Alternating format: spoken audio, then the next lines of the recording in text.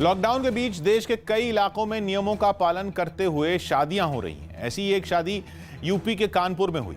शादी के लिए दूल्हा और दुल्हन पक्ष के गिने चुने लोग ही एक गुरुद्वारे में पहुंचे, जहां सादगी के साथ शादी से जुड़ी सभी रस्में निभाई गईं। शादी के दौरान दूल्हा दुल्हन मुंह और नाक समेत पूरे चेहरे को ढकने वाली शील्ड पहने दिखाई दिए, जबकि शादी में शामिल सभी लोग मास्क पहने नजर आए। लोगों ने सोशल डिस्टेंसिंग का भी ख्याल रखा और कुछ लोगों की मौजूदगी में दूल्हा दुल्हन ने फेरे लिए। फेरे पूरे होने के बाद दूल्हा दुल्हन ने एक दूसरे को फूलों की माला भी पहनाई।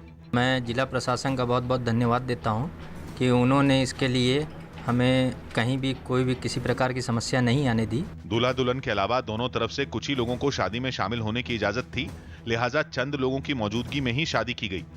5 लोग उनकी तरफ से हैं, 5 लोग हमारी तरफ से हैं। बहुत ज्यादा गैदरिंग भी नहीं है।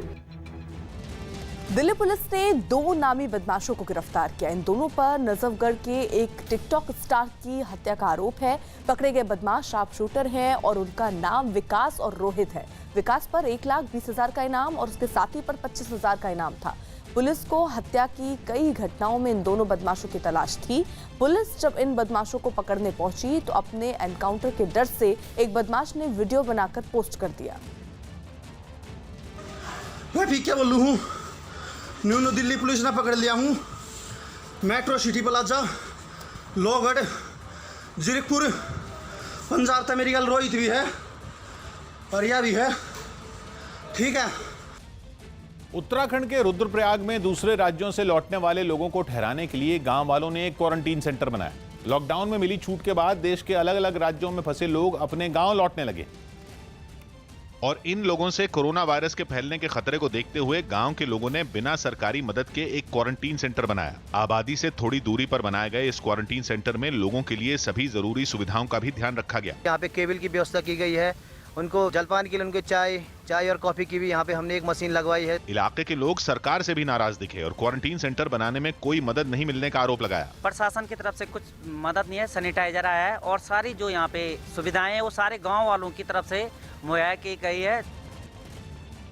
केंद्रीय स्वास्थ्य राज्य मंत्री अश्विनी चौबे ने कहा कि बिहार में चोरी छिपे अपने गांव लौटे लोगों की वजह से कोरोना मरीजों की संख्या बढ़ी है। इस दौरान उन्होंने राज्य में बड़े पैमाने पर स्क्रीनिंग और टेस्टिंग किए जाने का दावा भी किया।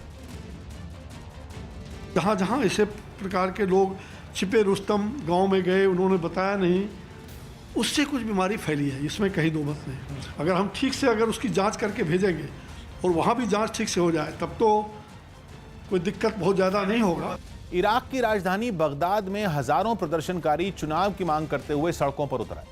3 दिन पहले ही इराक में मुस्तफा अल कदीमी ने प्रधानमंत्री पद की शपथ ली, लेकिन उनके सत्ता संभालते ही हजारों लोग सड़कों पर उतर आए।